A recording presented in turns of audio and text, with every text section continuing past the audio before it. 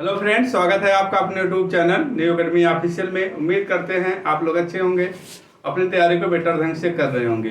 तो friends, previous class में हम लोगों ने फर्टिलाइज़र के बारे में काफ़ी अच्छे तरीके से कवर किया था। जो फ्रेंड्स वीडियो नहीं देखे हैं और उसको ज़रूर देख लें। आज अपना टॉपिक है क्लासिफिकेशन ऑफ मैन्योर। खादों का वर्गीकरण के बारे में हम लोग जो है कवर करेंगे। बेसिक चीज़ों को आज कवर करेंगे, इसके बाद हम लोग अगले क्लास में और सारा सब कुछ कवर कर लेंगे। ठीक है, तो क्लास में बने रहिएगा। क्लास कैसी लगी ज़रूर बताइएगा। अगर चैनल पे नए हैं तो चैनल को ज़रूर सब्सक्राइब कर लें, बेल आइकन ज़रूर प्रेस कर लें ताकि जो है न्यू अपनी वीडियो का नोटिफिकेशन आप लोगों तक पहुँच सके। ठीक है फ्रेंड्स, आज हम क्या पढ़ने वाले हैं? खाद का वर्गीकरण यानी कि क्लासिफिकेशन ऑफ मैन्योर के बारे में हम लोग कवर करेंगे। इसमें देखेंगे जो एक होता है स्थूल खाद यानी कि भारी खाद होता है, यानी कि बल्कि मैन्योर एक कंसंट्रेटेड मैन्योर होता है। दोनों के क्लासिफिकेशन के बारे में कवर करते हैं। ठीक है फ्रेंड्स, तो पेन कॉपी जरूर लेके बैठिएगा और इत्मीनान से पढ़िए, क्योंकि आपको काफ़ी अच्छा समय मिला है अपनी तैयारी को, बेस को मजबूत करने के लिए। तो अच्छे से अपने बेस को मजबूत कीजिएगा। ठीक है फ्रेंड्स, तो आइए हम लोग शुरू करते हैं। अब इसमें देखिए मैन्योर का क्लासिफिकेशन ऑफ मैन्योर। ठीक है, क्लासिफिकेशन ऑफ मैन्योर के बारे में हम इसमें क्लासिफिकेशन दो प्रकार से किया गया है। एक होता है आपका जो होता है भारी या स्थूल खाद कह सकते हो। पहला क्या है? भारी या स्थूल खाद के बारे में देखेंगे। भारी या स्थूल खाद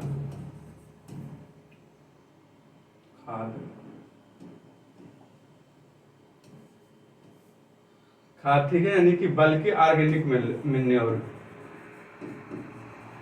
बल्कि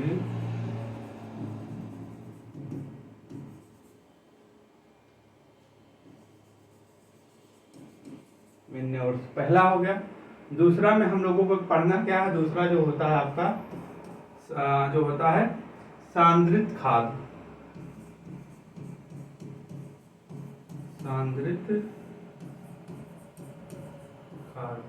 यानी कि कंसंट्रेटेड ऑर्गेनिक मैन्योर।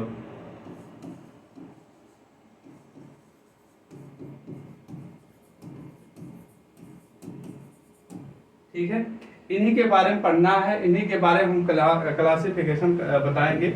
इन्हीं को पढ़ना है। इसमें फिर जो है अपने एनपीके का रेशियो कितना होता है, जैसे एफवाईएम में एनपीके का रेशियो कितना होता है, पढ़े होंगे आप लोग बीएससी जी में अच्छे तरीके से। ये क्वेश्चन आपके एमएससी अगर एंट्रेंस दे रहे होंगे तो उसमें भी पूछा गया था। ठीक है, तो कितना होता है एनपीके का रेशियो? कितना होता है? 50, यानी कि 0.50, 0.25, 0.50। ठीक है, यानी कि 8 आना 4 आना 8 आना होता है ना। तो अभी इसको हम लोग कवर करते हैं। पहले ऐसे आप चार्ट बना लीजिएगा। ये चार्ट बनाएंगे तो काफ़ी अच्छे तरीके से आपको सारी चीज़ें कवर होंगी। तो जो होता है स्थूल या भारी खाद किसे कहते हैं? पहले तो आप इसकी परिभाषा लिखिए। वह कार्बनिक पदार्थ, वह कार्बनिक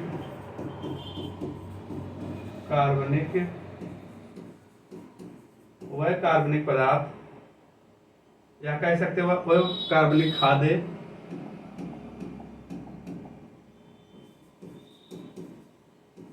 खादे जिसमें पौधे को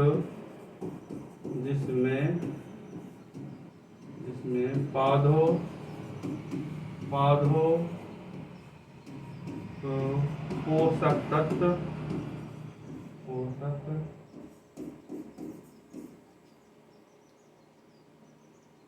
तत्व तो कम, लेकिन जीवाश्म पदार्थ अधिक मात्रा में प्राप्त होता है। पदार्थ अधिक मात्रा में प्राप्त होता है। ठीक है, इसमें कह सकते हो सीएन जो है, कार्बन जो होता है अधिक पाया जाता है और नाइट्रोजन जो होता है कम पाया जाता है। ठीक है, ये पॉइंट आप यहाँ से ध्यान रखिएगा। इसमें क्या होता है, यानी कि इसका परिभाषा क्या होगा,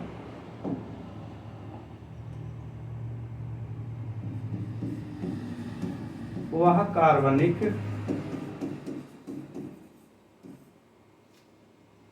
खाद्य जिसमें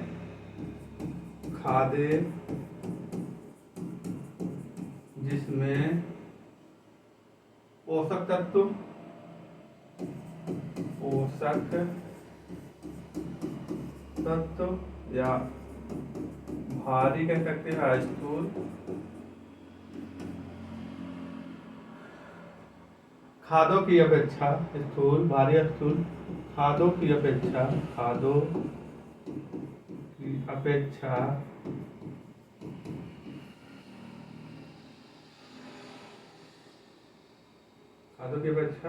अधिक मात्रा में प्राप्त होते हैं, अधिक मात्रा में प्राप्त होते हैं। ठीक है, इतना बात क्लियर हुई आप लोगों को।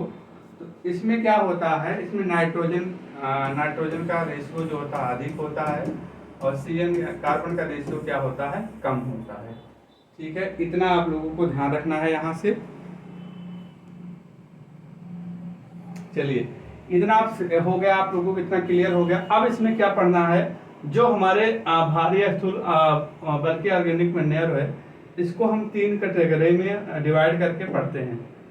3 कैटेगरी में हम इसको डिवाइड करके पढ़ते हैं। पहला आपका आ जाता है FYM, फार्म यार्ड मैन्योर। ठीक है, दूसरा क्या हम लोग पढ़ेंगे, कंपोस्ट पढ़ेंगे। तीसरा क्या होगा आपका, ग्रीन मैन्योर पढ़ेंगे, यानी कि हरी खाद पढ़ेंगे, ग्रीन मैन्योर।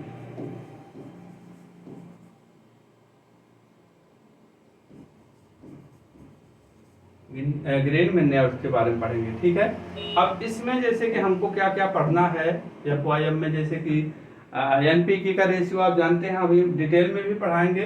तो यहाँ आप लिख सकते हैं NPK का रेशियो कितना होता है, NPK का रेशियो कितना होता है, तो आप कहेंगे 0.50, 0.25 और जो होता है 0.50। आप अदर बुकों में पढ़ेंगे, किसी बुकों में अलग अलग तरीके से दिए गए हैं। तो किसी की बुकों में यानी कि 8 आना, और जो होता है इसको यहाँ इसका रेशियो कह सकते हो 3 तक कह सकते हो, तो 0.3। ठीक है, ऐसे मिलता है। लेकिन ये जो है आपके एग्जाम में सीधे माना गया, सही माना गया ये डाटा, तो आप इसको ही याद जो है ध्यान रखिएगा। ठीक है, कंपोस्ट की बात कर लेते हैं। इसमें कंपोस्ट में आप लोगों को पढ़ना है, एक शहरी कंपोस्ट होता है, एक देहाती कंपोस्ट होता है। शहरी कंपोस्ट की जब हम बात करेंगे,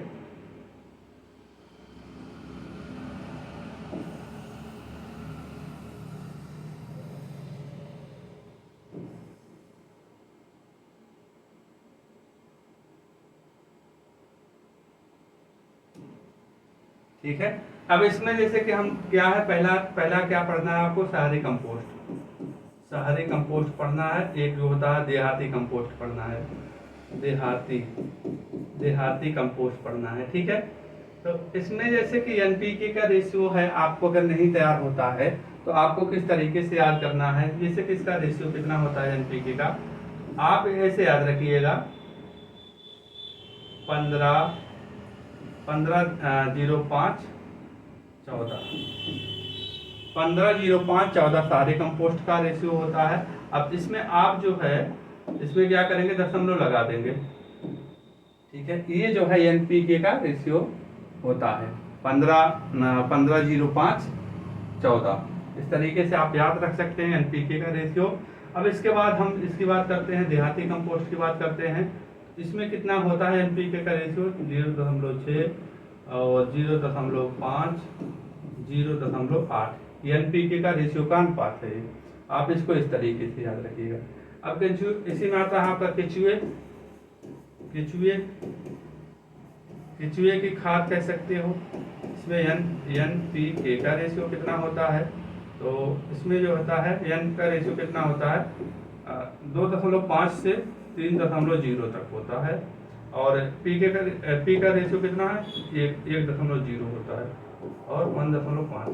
जीरो भी याद रखिएगा, यहाँ डाटा पूछा जाता है अच्छे तरीके से, तो इतना याद रखना है इसका। ठीक है, FYM में इसको याद रखना है, पिछुएट फार्म में इसको याद रखना है। ठीक है, ग्रीन मैन्योर की बात जब हम करते हैं, ग्रीन मैन्योर में कौन कौन सी जो होती फसलें आती हैं, सनई ढांचा, ये सब आपके किसमें आते हैं? हरी खाद में आती हैं।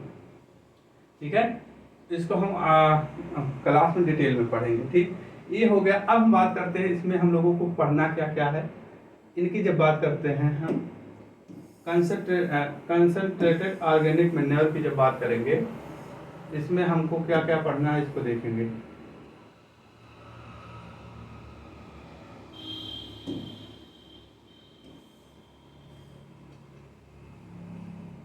ठीक है, इसमें अब हमको देखना है क्या क्या पढ़ना है, इसको देखेंगे। अब इसमें भी कई तरीके से हमको पढ़ना है। जैसे कि आपको इसमें पहला पढ़ना है, क्या पढ़ना है, जो है पहला ऑयल केक पढ़ना है, यानी कि ऑयल वाली खलियों के बारे में हम लोगों को पढ़ना है। ऑयल केक के बारे में हम लोगों को पढ़ना है।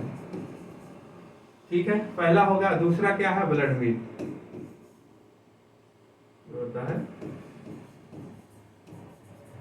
ब्लड मीट, इसको पढ़ना है। इसके बाद क्या पढ़ना है? मीट मील पढ़ना है।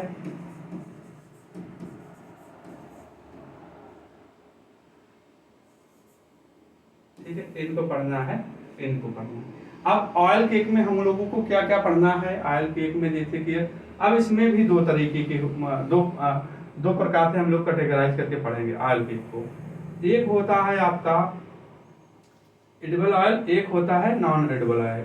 एडिबल ऑयल से कहा जाता है जो होता है जिस खलियों को जो होता है, एडिबल मतलब खाने योग्य होता है, नॉन एडिबल खाने योग्य नहीं होता है। जिसको पशु जो है खाने को पसंद करते हैं उसे एडिबल कहा जाता है।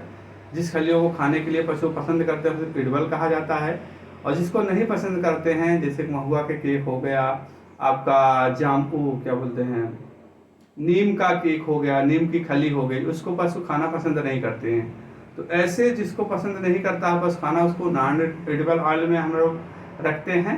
और जो पसंद करते हैं, जैसे कि सरसों की खली हो गया, ये सब किसमें आते हैं आपके? मूंगफली की हो गया, ये सब किसमें आते हैं? आपके एडिबल ऑयल में आते हैं। ठीक है, तो एडिबल ऑयल में, नॉन एडिबल ऑयल में देखेंगे हम। पहले क्या देखेंगे?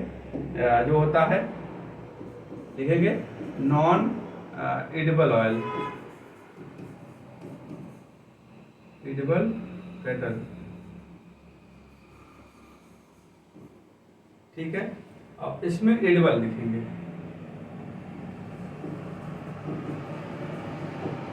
ठीक है, ये पढ़ना है। अब इसमें आप लोगों को क्या क्या ध्यान देना है? इसमें एडिबल ऑयल में कौन कौन से आते हैं, जिसको आप समझ गए ना, जिसको पशु खाना पसंद नहीं करते हैं, जिसकी खलियों को पशु खाना पसंद नहीं करते हैं, उसे non edible oil edible cake कहते हैं। जिसको खाना पसंद करते हैं वो किसमें आते हैं? एडिबल ऑयल में आते हैं। खाद्य जो होता है, खाद्य खलियां कह सकते हो, खाद्य खलियां, अखाद्य खलियां। ठीक है, अब अखाद्य खलियों में जैसे किसका आता है? महुआ का केक हो गया, महुआ हो गया, कुसुम हो गया,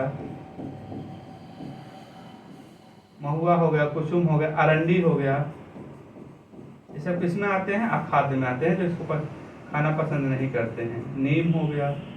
ठीक है, ये सब किसमें आते हैं? आपके नॉन एडिबल ऑयल में, ये खलिया में आते हैं। अब इसमें बात कर लेते हैं एडिबल में। पहला हो गया सरसों, सरसों की खली को खाना पसंद करते हैं। तिल हो गया, तिल के बाद आपका अलसी होता है, अलसी के बाद आपका मूंगफली हो गया, मूंगफली। ठीक है, मूंगफली के बाद नारियल। ये सब किस में आते हैं? आपके एडिबल ऑयल में आते हैं, एडिबल खलियों में आते हैं इनके। जैसे इसमें आप कह सकते हो NPK का रेशियो कितना होता है? 5:1 में N होता है, और इसके बाद 15:13, यानी 51:15:13 दशमलव लगा लीजिए। एनपीके इतना पाया जाता है इसकी खलियों में, सरसों की खलियों में। एनपीके का मतलब कैसे तो कितना परसेंट पाया जाता है, 5.1% पाया जाता है एन, और 1.5 जो होता है पी, और के जो होता है 1.3 पाया जाता है। मूंगफली वाला इंपॉर्टेंट होता है, मूंगफली में कितना पाया जाता है, 7.3%। ठीक है, इसको आप लोग ध्यान रखिएगा, 15.3, इसके बाद 1.3, यानी कि सरसों और मूंगफली को आप एक साथ में याद रख सकते हैं। 7.3% नाइट्रोजन और फास्फोरस, ठीक है, एनपीके का इतना पाया जाता है। ये अभी हम बाद में लोग जो है कवर करेंगे। आपको इतना ध्यान रखना है हमको पढ़ना क्या क्या है, और उसी हिसाब से हम लोगों को पढ़ना है। एक प्रश्न यहाँ बनता है, इंपॉर्टेंट बनता है यहाँ क्वेश्चन, नीम में जो होता है, नीम में जो होता है क्या पाया जाता है,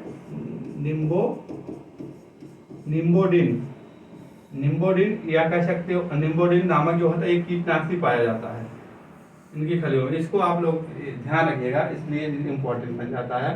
कीटनाशी रसायन पाया जाता है, निम्बोडिन नामक एक रसायन पाया जाता है। ये चीज आपको इतना आपको ध्यान रखना है। ये हमने कैटेगराइज कर दिया है। अब हमको पढ़ना है क्या, FOIM पढ़ना है, इसके बाद कंपोस्ट पढ़ना है, ग्रीन मैन्योर पढ़ना है, ठीक है, इन लोगों को हमको पढ़ना है। इसके बाद ऑल केक में जो परसेंटेज पाया जाता है, मात्राएं पाए जाते हैं, उसको हम लोग कवर करते हैं। ठीक है फ्रेंड्स, तो आगे बढ़िए। तो अब हम क्या पढ़ेंगे, जो है अब हम पढ़ेंगे, आप लोग नोट डाउन कर लीजिए इसको इसी तरीके से।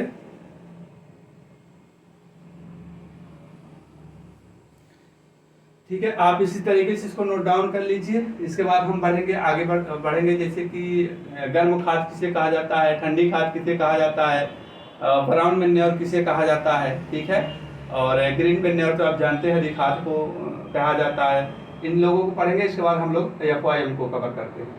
चलिए ठीक है फ्रेंड्स, तो अब हम पढ़ेंगे आगे।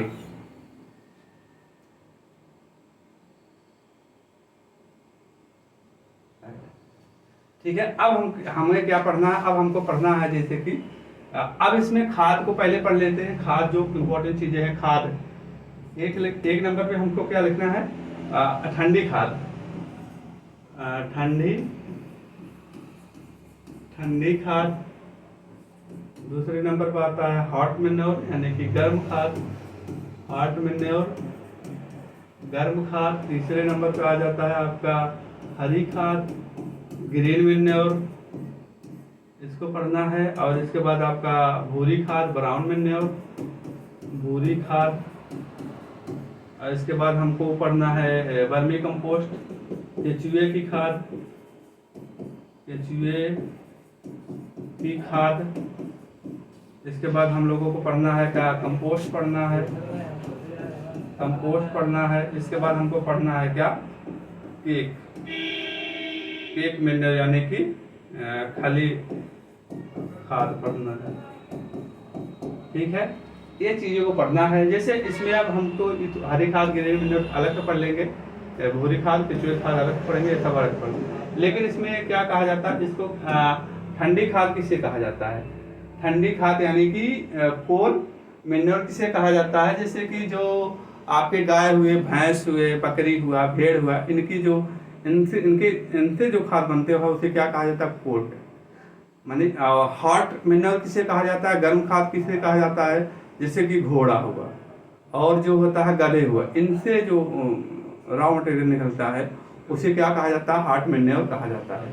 ठीक है, एग्जाम्पल में लिख लीजिएगा इसमें, हॉट यानी कि ठंडी खाद किसे कहा जाता है, जैसे गाय हो गया, भैंस, गाय, भैंस और भेड़ बकरी,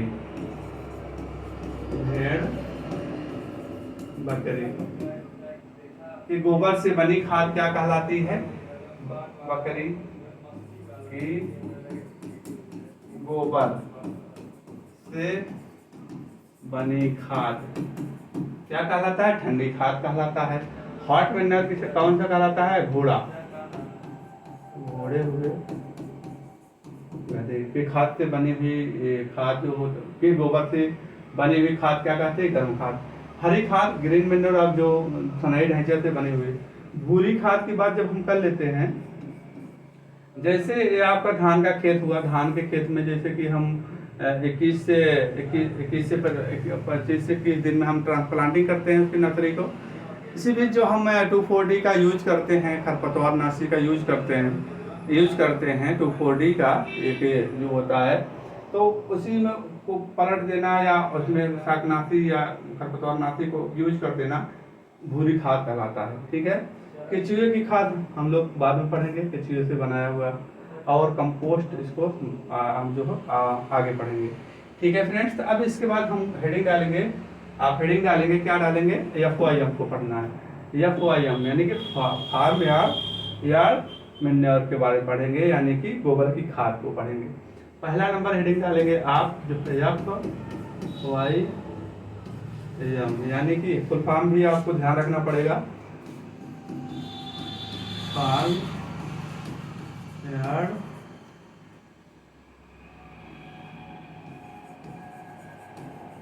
मैन्योर, गोबर की खाद, गोबर की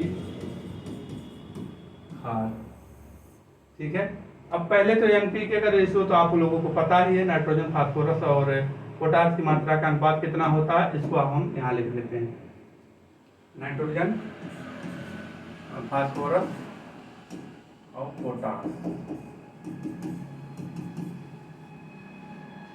तो इसमें जो होता है 0.5, 0.250, 0.50, ये जो है आपका NPK का रेशियो का अनुपात है। ठीक है, इसको आपको ध्यान रखना पड़ेगा।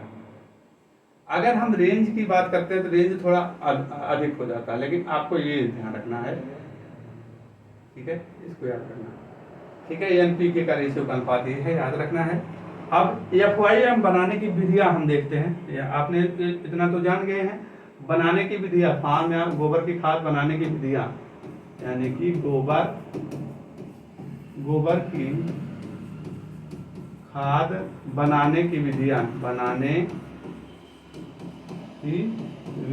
इसको ध्यान रखना है आप लोगों को। गोबर की खाद बनाने की विधियों में आपको क्या ध्यान रखना है? पहला विधि आ जाता है आपका ढेरी विधि।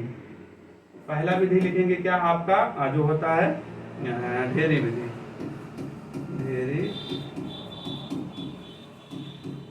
यानी कि हीप मेथड। दूसरा में आ जाएगा आपका जो होता है पिट मेथड, यानी कि गड्ढा विधि। तीसरा जो है इम्पोर्टेंट है, आपको ध्यान रखना है, तीसरा जो है ट्रेंच मेथड। ठीक है, तीसरा क्या है? ट्रेंच मेथड, या कह सकते हो खाई विधि इसको कहा जाता है। इम्पोर्टेंट है, आप इसको ध्यान रखिएगा। अब देखिए इसको विधि को क्या क्या कहते हैं।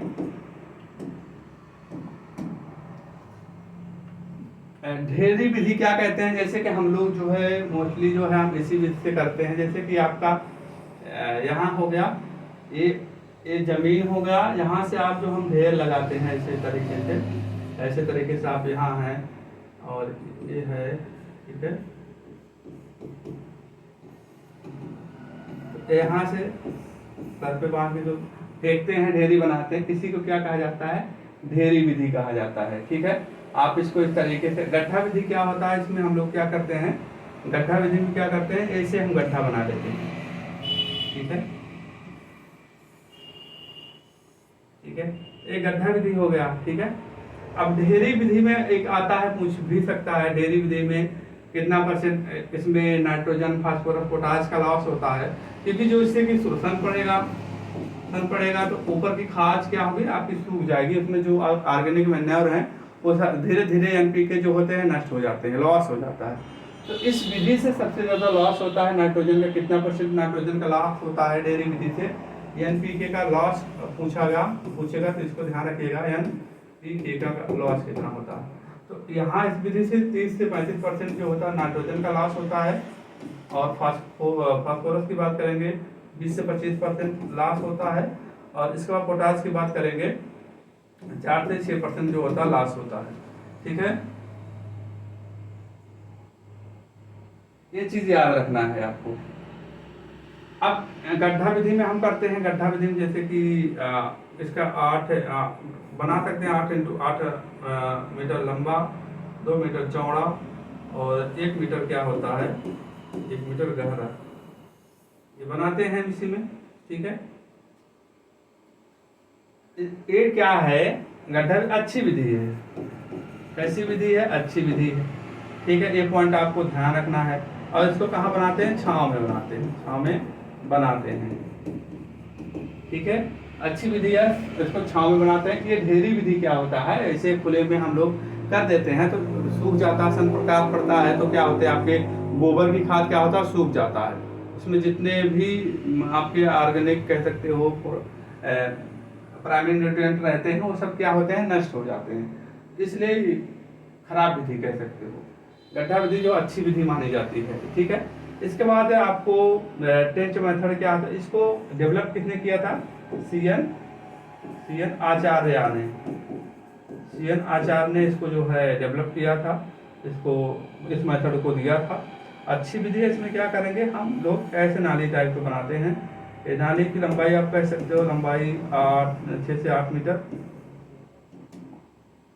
6 से 8 मीटर लंबाई, चौड़ाई 15 कह सकते हो 2 मीटर, गहराई 1 से 2 से 1.5 ये होता है। तो कह सकते हो गोबर की खाद अगर पूछेगा गोबर की खाद बनाने के लिए सबसे उपयुक्त विधि कौन सी है, तो आपका यही विधि है, खाई विधि या टेंच मेथड। इंपॉर्टेंट रखना है, इसको ध्यान रखना है। गोबर की खाद बनाने के लिए सबसे अच्छी विधि पूछेगा, इसने डेवलप किया था, आचार्य ने डेवलप किया था। कौन सी विधि है? टेंच विधि या खाई विधि होता है। खराब कह सकते हो ढेरी विधि होती है। ठीक है, इसको आप लोगों को इसी तरीके से ध्यान रखना है। आपको इस इसको ध्यान रखना, तीनों विधि आपको ध्यान रख लीजिए, अच्छे तरीके से कवर कर लीजिएगा। ठीक है,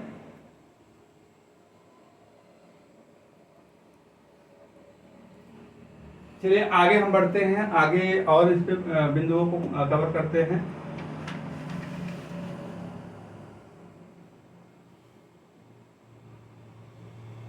कितना हम यूज करते हैं इसको ध्यान रखना है। इसमें जैसे कि हम FYM जो होता है,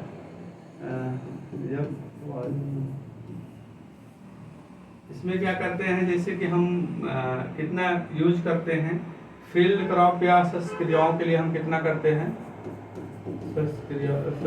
यानी कि एग्रोनॉमी क्रॉप में, तो 10 से 15 टन, 10 से 15 टन प्रति हेक्टेयर इरिगेटेड एरिया में देते हैं, यानी कि सिंचाई वाले एरिया में देते हैं। इरिगेटेड एरिया जहां हम सिंचाई करते हैं। और पूछेगा कितने साल तक ये रहता है, एक बार डाल दीजिए तो 2 से 3 साल तक इसमें दोबारा खाद डालने की आवश्यकता नहीं पड़ती है, वो कवर करता है। कितना? 2 से 3 साल तक, यानी कि 2 से 3 साल में देते हैं। इरिगेटेड, अनइरिगेटेड में क्या होता है, अनइरिगेटेड में आप 8 से 10 टन प्रति हेक्टेयर होता है। अब पशुओं के यूरिन में पूछ लेगा, एक क्वेश्चन और पूछेगा, पशुओं के यूरिन में, पशुओं के यूरिन में NPK का अनुपात कितना होता है, NPK कितना पाया जाता है, तो इसका रेशियो होता है 0.4% से 1.35% नाइट्रोजन, इसके बाद 0.05 से 0.10% और इसके बाद 0.5 से 2.0%।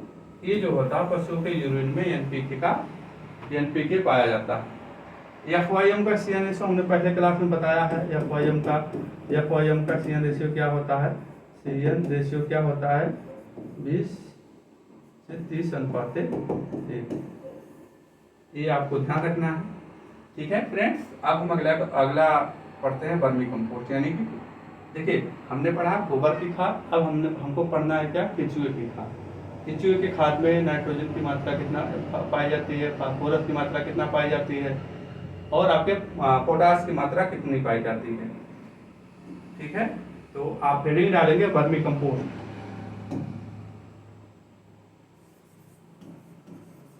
केचुए की खाद, यानी कि वर्मी कंपोस्ट के बारे में पढ़ना है। ठीक है, अब वर्मी कंपोस्ट भी केचुआ कितने प्रकार के होते हैं, केचुआ मुख्यतः जो है 3 प्रकार के होते हैं। ठीक है, इन्हीं के बारे में पढ़ना है, और कौन से केचुए अधिक लाभदायक होते हैं उनको हमको पढ़ना है। ठीक है, अब केचुए की बात करेंगे। केचुए 3 प्रकार के मुख्यतः जो है 3 प्रकार के होते हैं। केचुए जो है कितने प्रकार के होते हैं, केचुए जो होते हैं 3 प्रकार के होते हैं। इन्हीं तीनों के बारे में पढ़ना है। पहला क्या, कौन सा केचुआ आता है, एपेजिक केचुआ। एपेजिक केचुआ होता है। दूसरा क्या होता है, इंडोजिक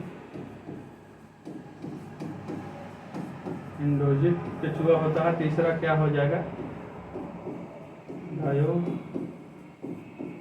डायोजिक। इन्हीं के बारे में पढ़ना है, तीनों के बारे में।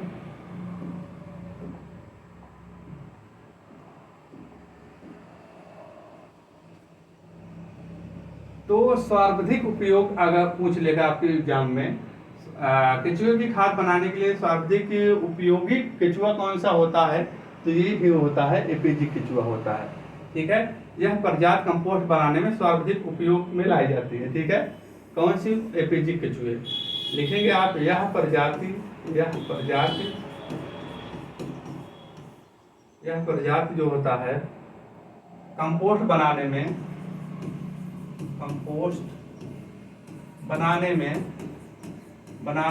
सर्वाधिक उपयोगी होता है, सर्वाधिक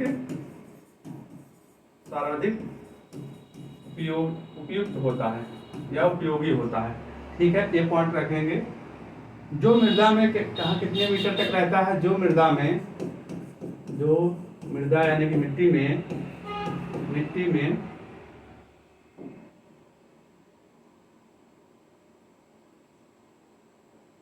जो मृदा में 1 मीटर गहराई तक रहता है, कितने गहराई तक रहता है, 1 मीटर गहराई तक। अब अंदर सुरंग बनाकर रहते हैं, ठीक है, बिल बनाकर रहते हैं। ठीक है, 1 मीटर गहराई तक रहता है। और ये जो होता है 90% क्या करते हैं, 90% जो होता है कृषि के अवशिष्ट जो बचे रहते हैं उनको खाते हैं। कितना परसेंट, 90% कृषि अवशिष्ट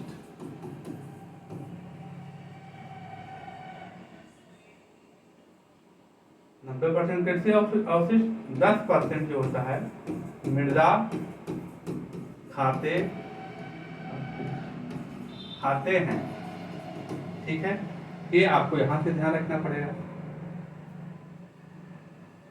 जब आपको 90% कृषि अवशिष्ट खाते हैं, 10% मृदा खाते हैं, तो इनका रंग कैसे होगा, इनका रंग कैसे होता है, लाल रंग के होते हैं, लाल रंग के होते हैं। लंबाई पूछ लेगा तो ये 3 से 5 इंच तक होते हैं, लंबे होते हैं। ये चीज आपको यहां से ध्यान रखना है। ठीक है, इनमें 2 और प्रजातियां होती हैं, इनको और ध्यान रखिएगा, इनकी भी प्रजातियां होती हैं, पूछ लेगा अगर नहीं ध्यान रखा है। 2 और प्रजातियां होती हैं, आइसिनिया। एक प्रजाति कौन सी है आपकी,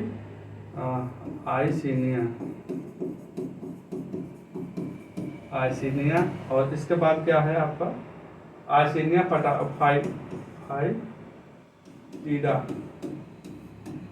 फाइटिडा है, एक न्यूलियस जो होता है यूजीनी होता है, ठीक है, इसको आप ध्यान रखिएगा। इंडोजिक आते हैं, ये जो होता है आप कह सकते हो सुरंग जो होता है, सुरंग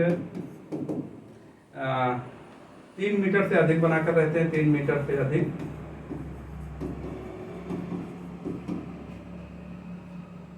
बनाकर रहते हैं। 90% क्या होता है, ये 90% जो होता है मिट्टी खाते हैं, मृदा 10% का क्या खाते हैं, कृषि अपशिष्ट खाते हैं। तो इनका रंग कैसे होता है, इनका रंग जो होता है आप कह सकते हो सफेद रंग के होते हैं, माटी खाते हैं, माटी सफेद होती है।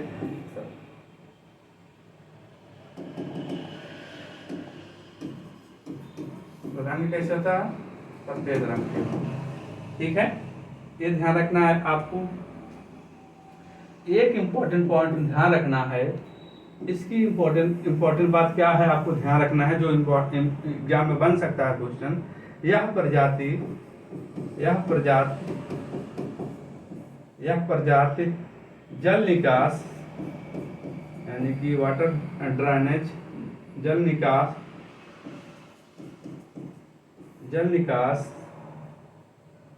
एवं जल संरक्षण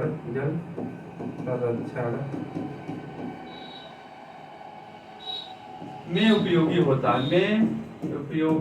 है, जल निकास और जल संरक्षण में क्या होता है, उपयोगी होता है।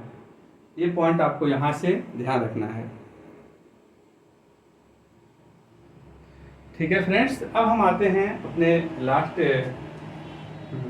लास्ट केचुए के ऊपर आते हैं, केचुए के प्रजाति पे देखते हैं हम। इसमें डायोजिक केचुआ के इम्पोर्टेंट बात क्या ध्यान रखना है आपको, 1 से 3, एक कह सकते हैं दोनों को मिश्रण होते हैं, 1 से 3 मीटर गहराई तक मतलब ये सुरंग बनाकर रहते हैं। एक पॉइंट ये ध्यान रखना है। तो ये कह सकते हैं दोनों प्रजातियों को श्रेणी में आते हैं। डायोजिक केचुए जो होते हैं दोनों श्रेणियों में आते हैं। इनकी सुरंग 1 से 3 मीटर की सुरंग बनाकर के रहते हैं, ठीक है। और ये जो होता है आपको इम्पोर्टेंट पॉइंट आपको क्या ध्यान रखना है, यहाँ से केचुए जो होते हैं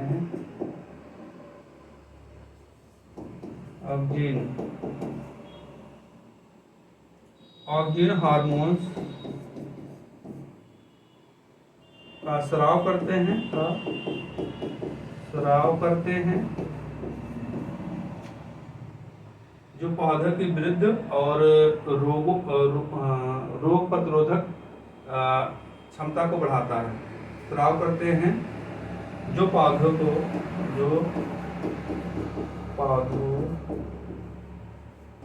की वृद्धि, रोग प्रतिरोधक क्षमता को बढ़ाते हैं, ठीक है। यहाँ आपको एक पॉइंट ध्यान रखना है, केचुए क्या करते हैं, ऑक्सीजन हार्मोन्स का स्राव करते हैं जो पौधों की वृद्धि एवं जो होता है रोग प्रतिरोधक क्षमता को बढ़ाते हैं। ये पॉइंट यहाँ से ध्यान रखना है। ये दोनों के मध्य की कह सकते हैं, दोनों के केचुए के मध्य की क्या है, कड़ी है। 1 से 3 मीटर की सुरंग बनाकर रहते हैं, और ठीक है। ये जो आपके वर्मी कंपोस्ट आप कह सकते हैं, केचुए की खाद जो है कितने दिन में बनकर तैयार हो जाती है, तो 2 मंथ में यानी कि 60 दिन में, उचित परिस्थितियों में 60 दिन में बनकर क्या होता है, बनकर जो होता है तैयार हो जाता है। कितने 60 दिन में बनकर एक जो होता है तैयार हो जाता है। केचुए जानते हैं आप, इम्पोर्टेंट पॉइंट केचुए के बारे में और ध्यान रखना है। केचुए क्या होते हैं, द्विलिंगी होते हैं। केचुए कैसे होते हैं, केचुए जो होते हैं द्विलिंगी होता है। यहाँ लिखेंगे आप, केचुआ क्या होता है, आपने BSc एग्जी में पढ़ा है, केचुए क्या होते हैं, द्विलिंगी होते हैं। केचुए कैसे होते हैं, केचुए द्विलिंगी होता है। जीवन काल इनका कितना होता है, जीवन काल जो होता है 6 महीने का होता है, ठीक है। जीवन काल कितने महीने का होता है, 6 महीने का होता है, ठीक है। तो वर्मी कंपोस्ट बनाने में कितने दिन का समय लगता है, 60 दिन का समय लगता है। केचुए का जीवन काल पूछा जाता है कितने दिन का होता है, मतलब 6 महीने का होता है, ठीक है। ये पॉइंट आपको यहाँ से ध्यान रखना है। केचुआ क्या है, द्विलिंगी होते हैं, ठीक है, ये पॉइंट आपको ध्यान रखना है। अब इसमें बात कर लेते हैं एनपीके का अनुपात कितना होता है। आपने अभी जो होता है एफओआईएम में पढ़ा कि एनपीके का रेशियो 0.5 0.25, ठीक है, 0.50% जो होता है एनपीके पाया जाता है। अब यहाँ हम बात कर लेते हैं आपका जो होता है इसमें कितना % पाया जाता है।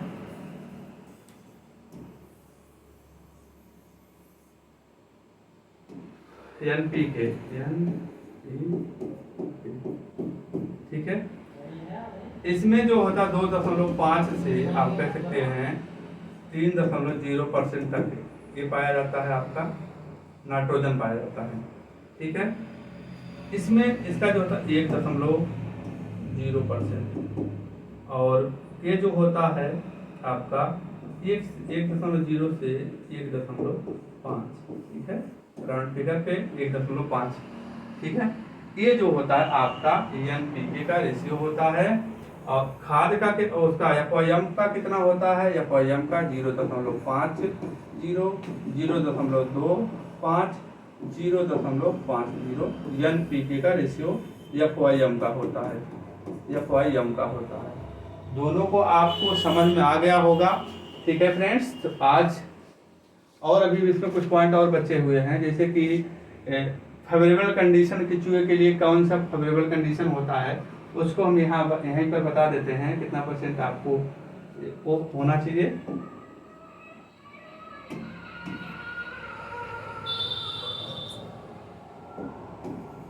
ठीक है, एक आपको यहाँ ध्यान रखना है इसको भी।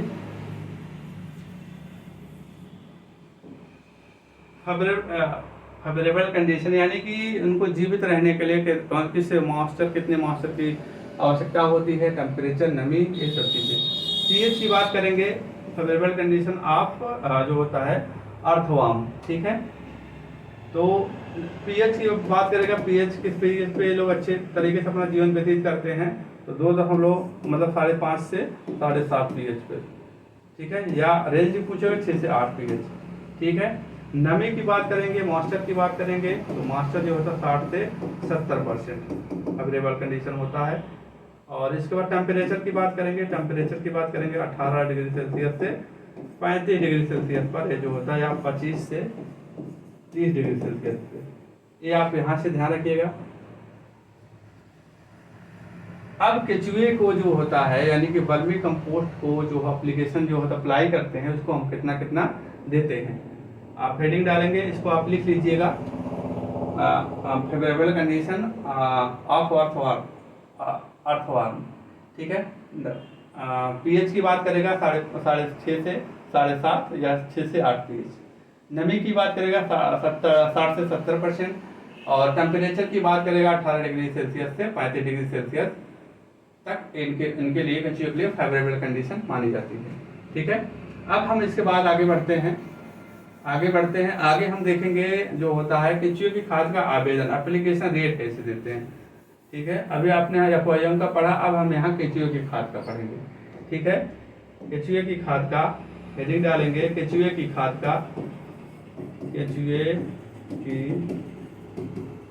का आवेदन या एप्लीकेशन रेट, आवेदन, ठीक है।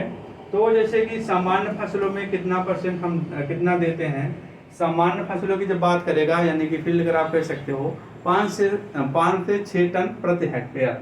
सामान्य फसलों की बात करेगा, सामान्य फसलों के लिए तो कितना होगा, 5 से 6 टन प्रति हेक्टेयर देते हैं, ठीक है। आप यहाँ बात कर लेते हैं आपका सब्जी यानी कि वेजिटेबल की बात करेंगे तो आपका 5 से 7.5 टन प्रति हेक्टेयर।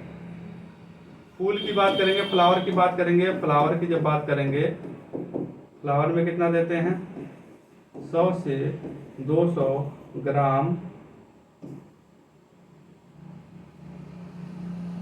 पर प्लांट, और फ्रूट ट्री की बात करेंगे, फ्रूट ट्री की जब बात करेंगे, फ्रूट ट्री की बात करेंगे, फ्रूट ट्री की बात करेंगे 5 से 10 केजी, 10 केजी प्रति ट्री, कितना 5 से 10 केजी प्रति ट्री, ठीक है। सामान्य फसलों की बात करेंगे 5 से 10 टन प्रति हेक्टेयर, वेजिटेबल 5 से 7.5 टन प्रति हेक्टेयर, फ्लावर की बात करेंगे 100 से 200 ग्राम प्रति, फ्रूट ट्री की बात करें 5 से 10 किलोग्राम प्रति ट्री, ठीक है, ये आपको ध्यान रखना है। अब इसके बाद फूलों की क्यारियां जो होती है उसमें कितना देते हैं, इसको आपको ध्यान रखना। फूलों की क्यारियां की जब बात करेंगे तो उसको ध्यान रखें। फूलों की क्यारियां, फूलों क्यारियों तो कितना देते हैं, 1 से 2 किलो, 1 से 2 किलो प्रति वर्ग मीटर, 1 से 2 किलो प्रति वर्ग मीटर देते हैं, ठीक है।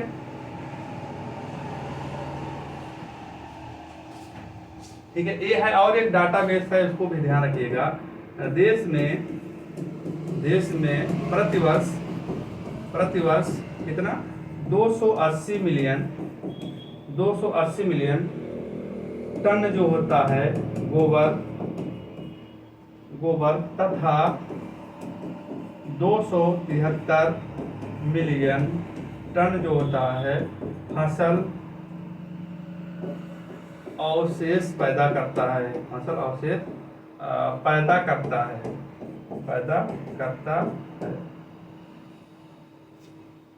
ये था आपका, हमने आज जो है खाद का जो होता है वर्गीकरण के बारे में हम लोगों ने अच्छे तरीके से कवर किया है। बेसिकली बात करते हैं, हमने आज 2 टॉपिक को कवर किया है। ये केंचुए की खाद के बारे में अच्छे तरीके से कवर किया गया है, एक आपका वर्मी कंपोस्ट FYM को कवर किया गया है और वर्मी कंपोस्ट को कवर किया गया है। कल की क्लास में हम लोग ग्रीन मैन्योर के बारे में यानी कि हरी खाद के बारे में कवर करेंगे, उसमें NPK का रेशियो कितना होता है इसको हम लोग पूरा कवर करेंगे, ठीक है फ्रेंड्स। तो आज की क्लास यहीं तक रखते हैं, मिलते हैं कल एक नए टॉपिक के साथ, तब तक के लिए जय हिंद, जय भारत, वंदे मातरम।